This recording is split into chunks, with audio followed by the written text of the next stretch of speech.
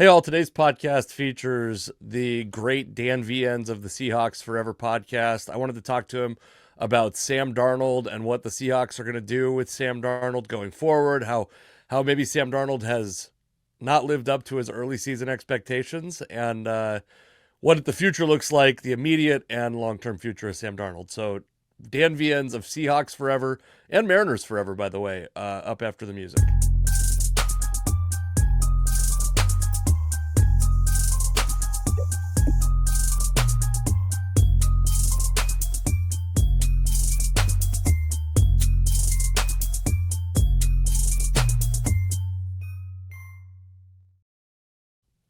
Dan Viens, how are you? I'm good. It's a good thing you couldn't see me in the green room there because I am no dancer. Well, I mean you all who are watching, because dancing. I thought Dan was short for dancer. How can you not move when you hear a beat like that, right? Yeah, I thought Dan was short for dancer. I'm surprised to find that out. I would prefer that over Daniel. Yeah, every time I hear Daniel, I just think my mom's calling and I'm late for dinner. I'm in trouble some way. So I want to talk to you about Sam Darnold. And we'll give you a little more stats than this before the end of the podcast, but in his first 9 games, let me pull it up. Hold on. I'm slow to this.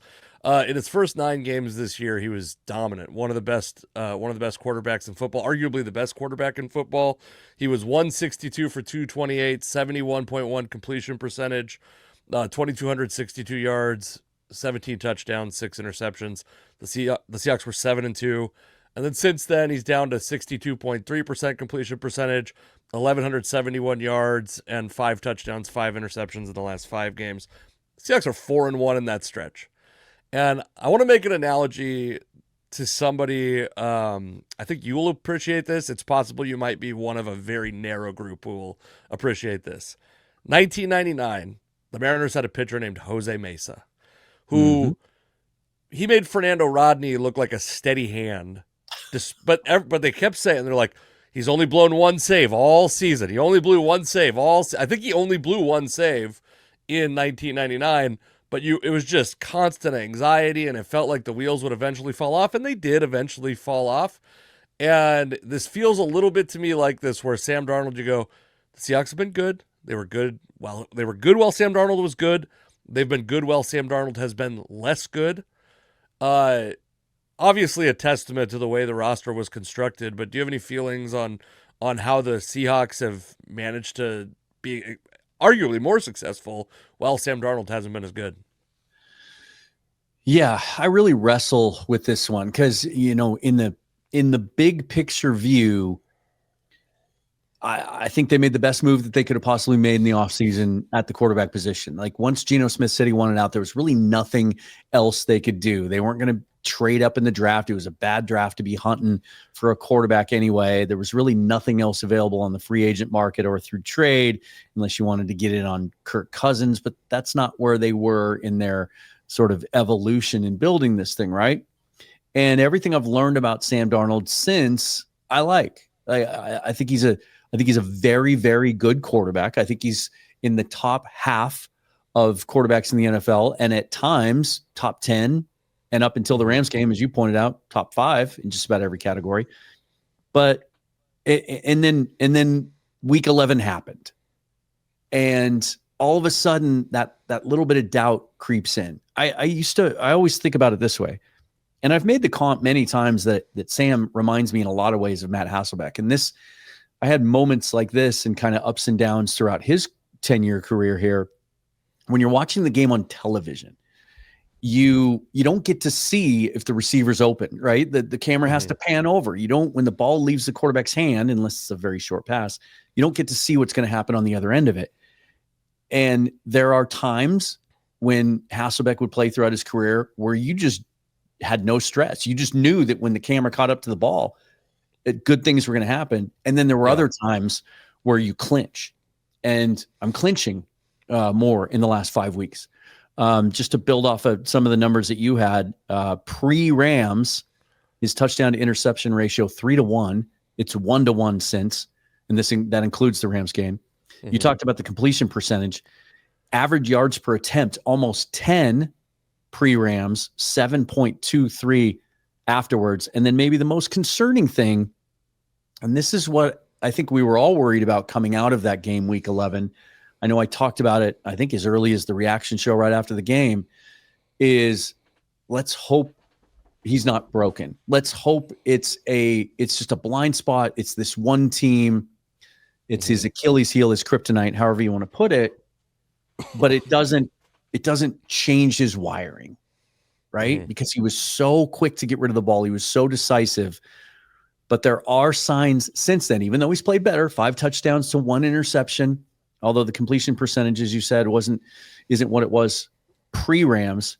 But what made Sam so great through those first 9 games, Ben Solak wrote about this today on ESPN, was how good he was throwing it in tight windows.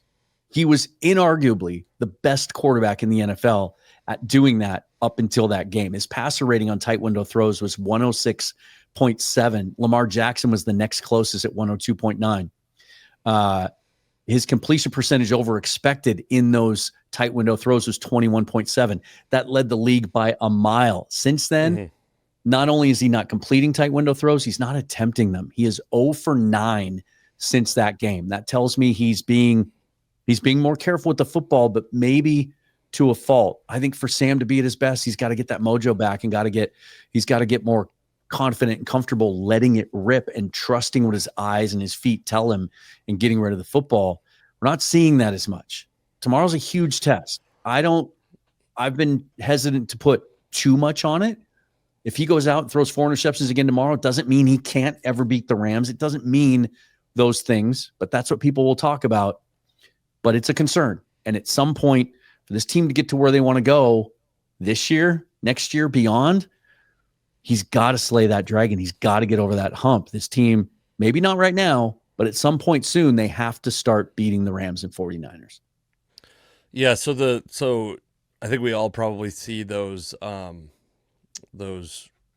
and Y axis graphs that have EPA on one side and CPOE on the other side. And if you look at those first 9 games, he was the far top and right is the best, and he was well ahead of maybe a full standard deviation above the next guy who I actually have it up, but it was Drake May. So he's like nearly a full standard deviation ahead of Drake May, and then Jared Goff was out that direction, and then when you combine the it's one of those things where you go, the beginning of the year, if you were like, he's going to be a top 10 quarterback by these metrics, you're thrilled with the signing. That's a great value for what they signed him for. But the sequence that he's done it in, 9 great games followed by 6 games that have been, or 5 games that have been, I would say, very, like, they're almost definition of average. Like, he's in the middle of that spectrum. It's a little worrisome. And I agree with you. I have the exact same worries, which is like, is the real Sam Darnold this guy? Is he the guy that we saw at the beginning of the season?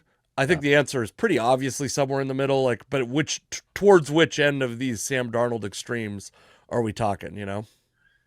Yeah, I think about the touchdown pass that he threw against the Houston Texans in that Monday night game coming out of the bye, I guess it was the Texans bye, to JSN with Derek Stingley Jr. like all over him. That's a throw that not many quarterbacks in the NFL can make, and it's a throw that not many of them would even attempt. You have to feel really good about what you're doing, because you go into that game knowing that might be the best defense in the league. They were only allowing 12 points per game at the time, and I think now in a lot of metrics they are slightly above the Seahawks defensively. I mean, that's a legitimate defense. I worry that he doesn't even make that throw today. There were a couple times against the Colts on Sunday. There was one time he got down in the red zone early, and it might have really changed the game script for the rest of the game. And he miscommunicated with Kupp on a ball at about the 3-yard line where it looked like he thought Kupp was gonna settle, and Kupp kept going, and so it was behind him, and he wasn't able to catch it. And then it was Shaheed on the next play, tried to hit in the end zone for what looked like it was open for a touchdown. He was just off a little bit. Those were throws he was making early in the season, and it just It just makes me wonder if just that slight hesitation with what teams are doing to him. Now, the optimistic side of it is he's played some really good defensive coordinators since that Rams game that have done some really challenging things to him. That Brian Flores game against Minnesota, where, first half was an issue and he got sacked a couple of times and it looked like, oh, here we go again. Second half, they made some adjustments. He came out and played great. Lou Anamuro. Is it Anamuro or Anamuro? Am I saying that right? I always get that wrong. He's an outstanding defensive coordinator. He threw some things at him that caused them some issues, and then they flat out couldn't run the ball on Sunday. So there are moments, there are signs. And then the one that I keep clinging to is when the chips are down, it's late in the game, you got to make a drive. He's been doing that. It almost seems like maybe there's less pressure, less time to think in those circumstances. It's a huge opportunity for him tomorrow. I do worry if he doesn't play well, the avalanche of narrative afterwards, and how, guys like me that try to stay optimistic and see the big picture are going to have to kind of swim upstream and fight that a little bit.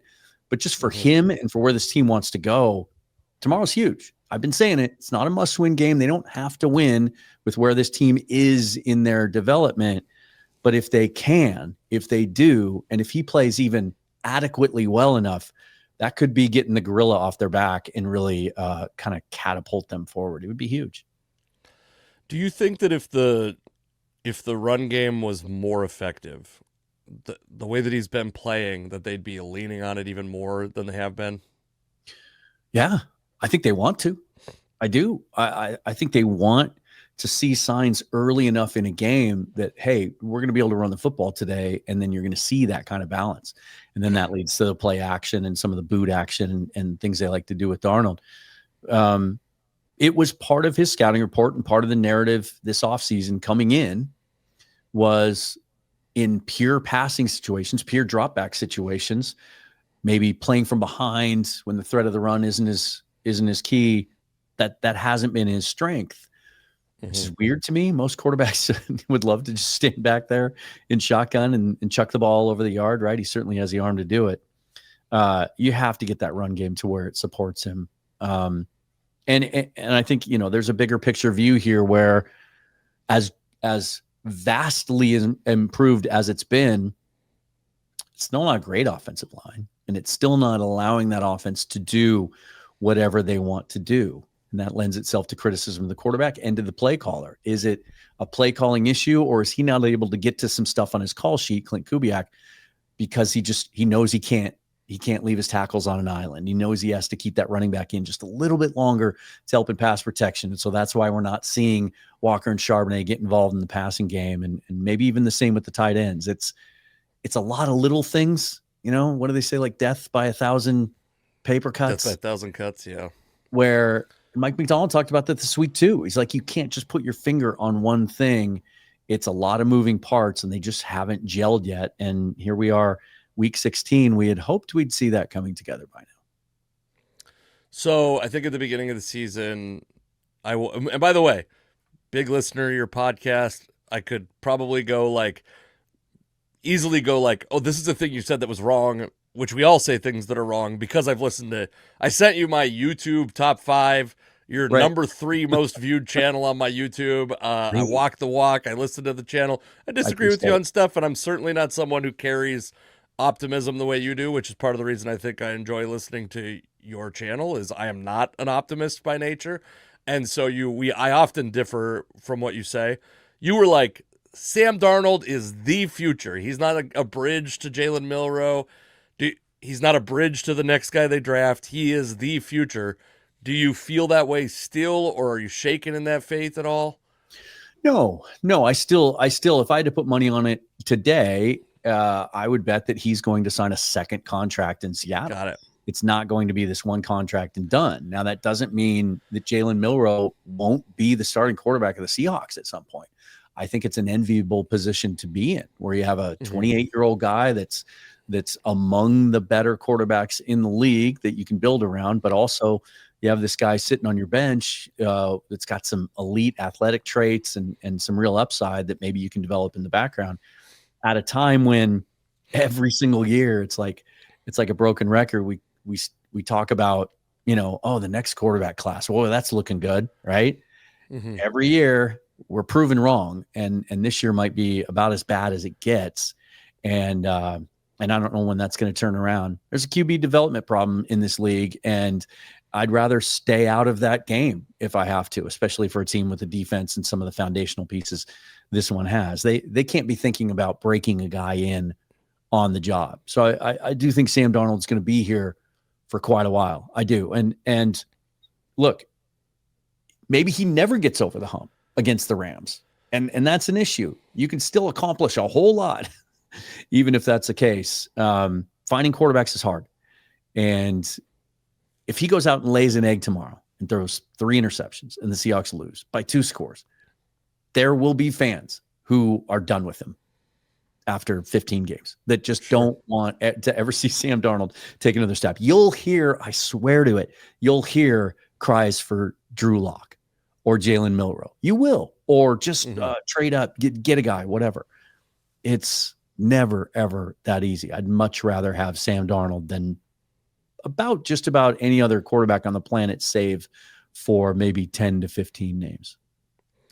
So, well, yeah, I mean, I think Darnold represents, and we've talked about this ad nauseum, so we don't need to go too deep into it, but the Seahawks have done a great job in the John Schneider era of finding quarterbacks who can be serviceable and beyond serviceable, who can be adequate to make playoff runs without having to devote like top dollar or top resources to them before they have proven themselves in a Seahawks uniform. Obviously, they gave Russ one big contract. They didn't give Geno a huge contract. They didn't give Sam Darnold a huge contract. They didn't spend a high draft pick on a quarterback ever. Russ and then Milroe, both 3rd-round picks. So I think that they've done a great job of that. I wonder how we would view that if Russ hadn't won a Super Bowl. If this was a team that had not won a Super Bowl, if we would actually think that approach could get them over the hump, if we hadn't seen it happen once before. My last thing, because I have somewhat limited time and I promised you to not take up too much of your time. At the beginning of the season, they maybe 3rd play of the game, 2nd play of the game, they bring in Jalen Milroe and it's an ugly play. And then he had 2 snaps maybe? Did he have more than 2 snaps? How many snaps did he have this season? He only had 1 snap in that game. He had 1 snap in 3 straight games or 3 out of 4. Right. And then it was 2 fumbles and a stop for a loss, right? And then McDonald came out and said, we have a lot more we want to get to. We're going to stick with this. And he's been inactive ever since. So, yeah. Yeah. And so I'm curious the run game, there's a bunch of studies that suggest run games don't have to be effective for play action to work. Right. Whether I don't know what to the degree that's true. I don't know if it's a hard and fast. It's still better than not running play action, but it might have some effect. You have this run game challenge. You've got a guy, Sam Darnold, who's struggling. I remember early in the season your argument for not using Jalen Milroe is the offense is rolling, so don't bring in Jalen Milroe at this point. Now the offense is not rolling. I think we can. The team is playing well. The defense is very good. The offense is not rolling. Is now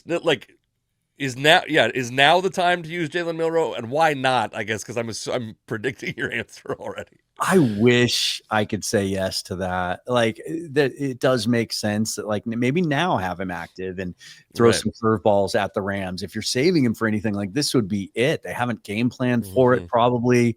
But probably not. There's so much on Sam's shoulders right now, and you're trying to build him back up. And I'll say this, just, one last thing from a big picture viewpoint. There's something that Clint Kubiak and Sam Darnold have in common. They've never been able to stay in the same place in a good situation, in a healthy situation, 2 years in a row. Sam had the great year in Minnesota last year. And then, at the end of the year, that offensive line was just a travesty. 4 of the 5 guys starting aren't even on the team anymore. They made massive changes afterwards, and that contributed to some of those performances.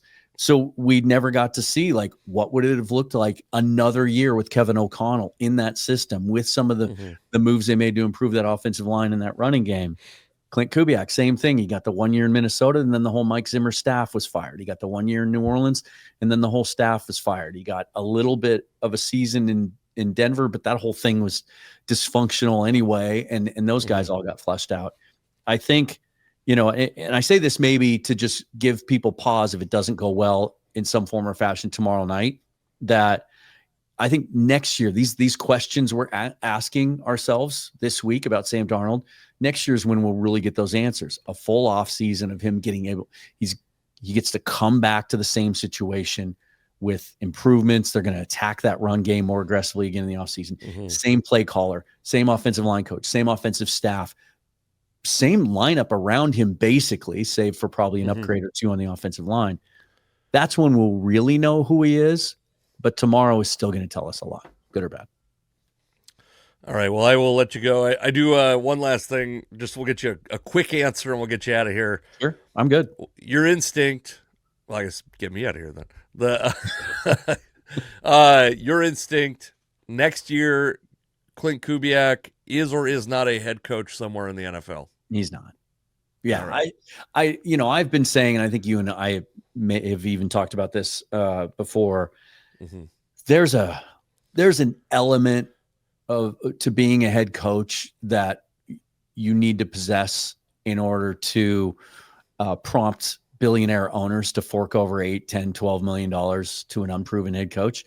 And one of those is you have to be able to rally the troops. You have to be able to inspire people. And that his communication style and his personality is as dry as they come. And so to overcome that, I think as a head coaching candidate, you have to be really good for a long period of time. And I think some of the questions we're asking about Sam Darnold can be asked of the play caller and the coordinator. I still think there's some development to be done there. I still have questions about Clint Kubiak's ceiling and upside and what that could be as a play caller. He's still growing and learning, and it doesn't always look great. And these teams see that too.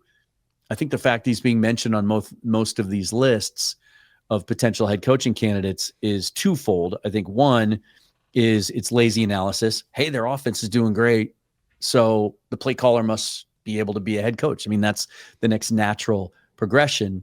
But the other part of it is if you look at those lists of candidates, most of them are defensive guys.